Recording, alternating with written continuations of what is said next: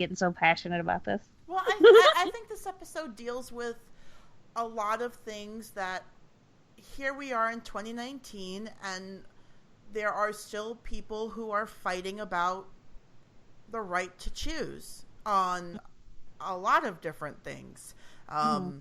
You know, I mean, we as women are still fighting for the right to exercise control over our own reproductive rights. So, I mean, this is an episode that brings up a lot of feelings. And as we get into it even further, the idea of what would happen if we create, if Maddox gets his hands on data, let's say he is successful, he creates thousands, hundreds of thousands of datas, interchangeable, disposable.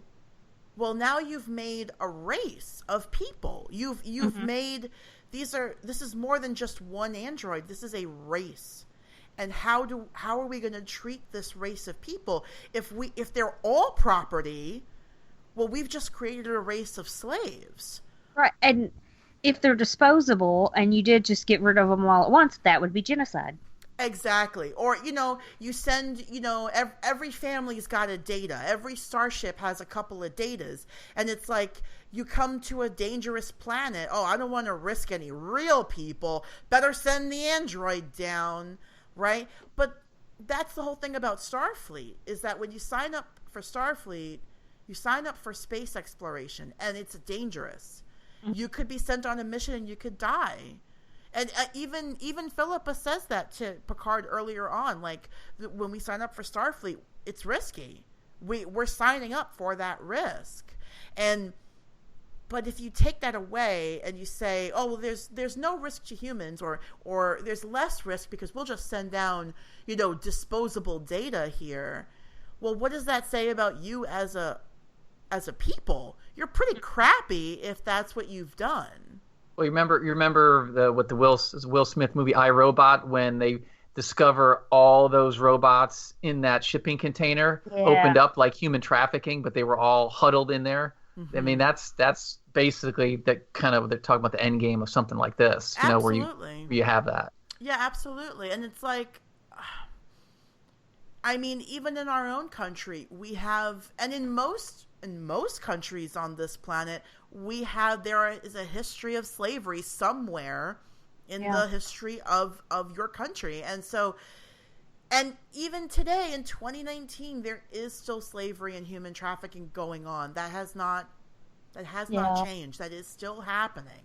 And so we've got, for this to now still be an issue in the 24th century of how sneaking in this idea of slavery, it's such a well-written show that it really makes you feel a lot of things. And I think that's a good thing, right? Mm-hmm. Like good TV, good cinema should make you think. It should make you feel strong emotions. And that's what the episode does. Yeah, that and when it should do all that, and when it's over, it should, like, if it dwells on you and you things are running through your mind, then that's it's a good episode, or it's done its job, and you know, makes you critically think about alternate points of view, and that's the mark of great writing. Mm-hmm. Yeah, absolutely. So yeah, it's totally understandable to feel worked up by this episode, because it should make you feel a little worked up that this is happening. And it's really funny, though, because I'd been watching Agents of S.H.I.E.L.D. and reviewing that on the Scenic Cast. That's like a regular sort of feed of a podcast, and they have one called Tied to the MCU that they do that just has, you know, Marvel Cinematic Universe. And I'm explaining this to the listeners because Rebecca's been on there with me, and I know Joe knows who they are. But I've been on there, and we were, you know, talking about that, and there was an android on there, and it's sort of the whole kind of thing. But the way that one was portrayed, to me, wasn't as human as Data is. Mm-hmm. If that makes sense. So I could have argued against her a little better. Yeah, I got you. Because it's just obvious that he has some sort of feelings. Like, I agree with whichever one of them on that. The next conversation said that he just hasn't really figured out how to use his emotions or what they are, because he's definitely, I mean, yeah, I just feel like he's definitely got some, and he wants to have a choice. He has needs and wants and things that humans, you know. Yeah. In so the passionate season about this. I'm so yeah, sorry. I know. And hey, in the season 1, and it's Skin of Evil, the one where Tasha dies, in her eulogy, she says, Data, when she's addressing him as when she's a hologram, that that he looks at everything with the wonder of a child, which makes him more human than any of us. Yeah. Which is just really, really striking to hear that. Yeah. Absolutely, and there definitely is a childlike wonder with Data in the early seasons, and I think they kept that even throughout the show. Every time Data would learn something new, it would be, he would just be like, oh, this is something new, that kind of a thing. So yeah, I agree. I mean, Data has a lot of emotions and just doesn't know what they are. That's kind of how I feel about Data. We now get here 2 quick scenes. Captain Picard's in his ready room. Data comes in and Picard's like, look, they said you're property, but I'm not going to let that happen. I'm going to fight it. And he tells Data he's been assigned as his counsel, but that if he wants somebody else, he's fine with that. And of course Data's like, oh no, like, you're fine. You're great. So, and then we see Riker, on the other hand. Now he's preparing for trial.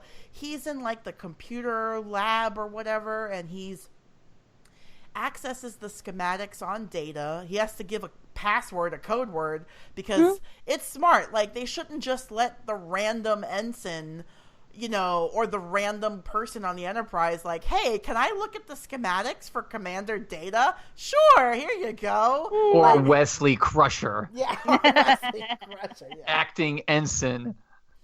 Ugh, Wesley. They never wrote that part right either.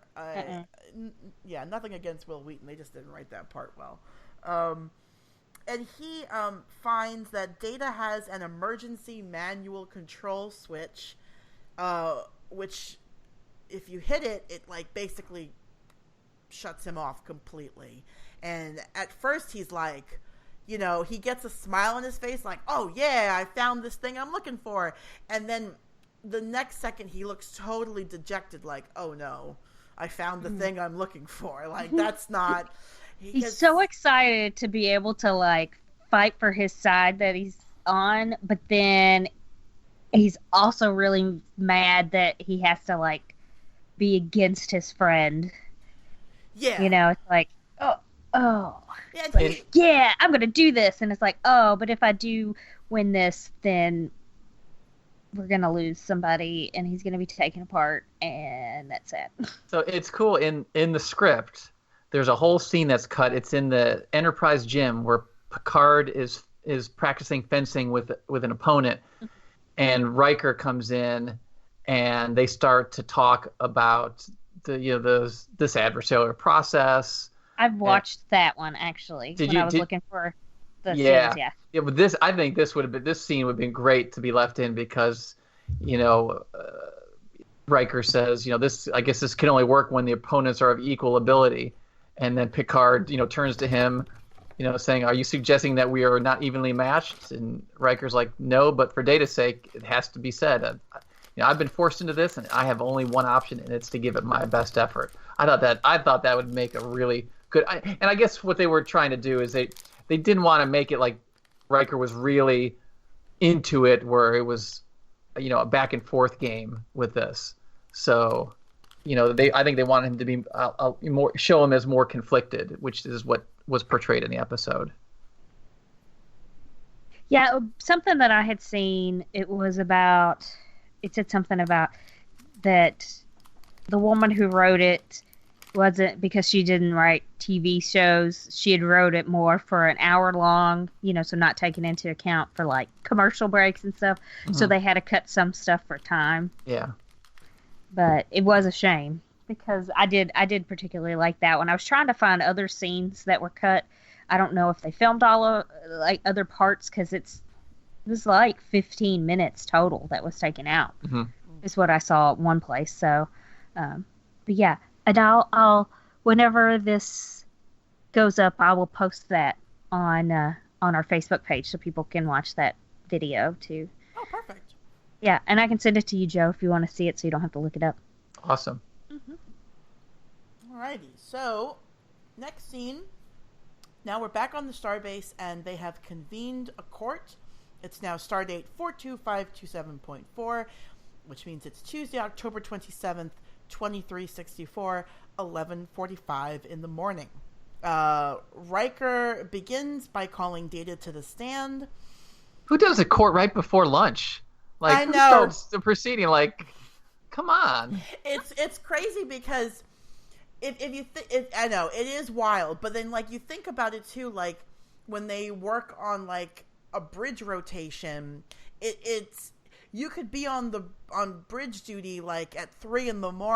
and it doesn't matter. Like, you get your meal break when you get your meal break kind of a thing. And I think it's almost functions the same way on the starbase. Like they kind of just start when they start, but I guess like, in the real world, 11:45 in the morning, no judge is starting a case because it's lunchtime and but yeah. So Riker, he calls Data to the stand. I do like how Picard wants Data's record read, or basically wants all of his commendations read into the record. Data has received the Starfleet Command Decoration for Valor and Gallantry, Medal of Honor with clusters, Legion of Honor. And they kind of go over like how much memory Data has and like how fast he can operate. I mean, they're basically asking him like, what's your operating system? Like tell almost as if you were like checking out a new laptop. Like, well, what's the operating system and on what platform? Is it Windows 10? Is it, like they're kind of doing that. Can you give me the specs on this model, please? Yeah, exactly.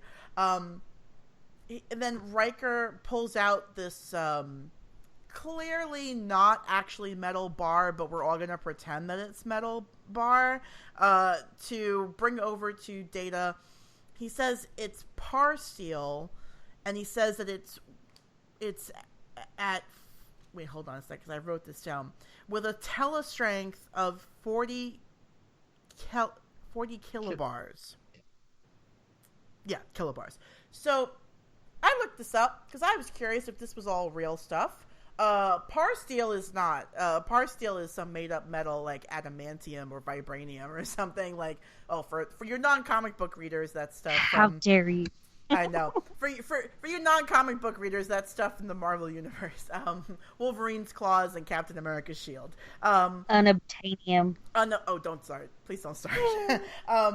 So in Star Wars, it would be space steel. It would be. It would be space steel. But according to Memory Alpha, you can get par steel mostly in planets that are in the neutral zone, in case you wanted to get some. And that 40 kilobars is...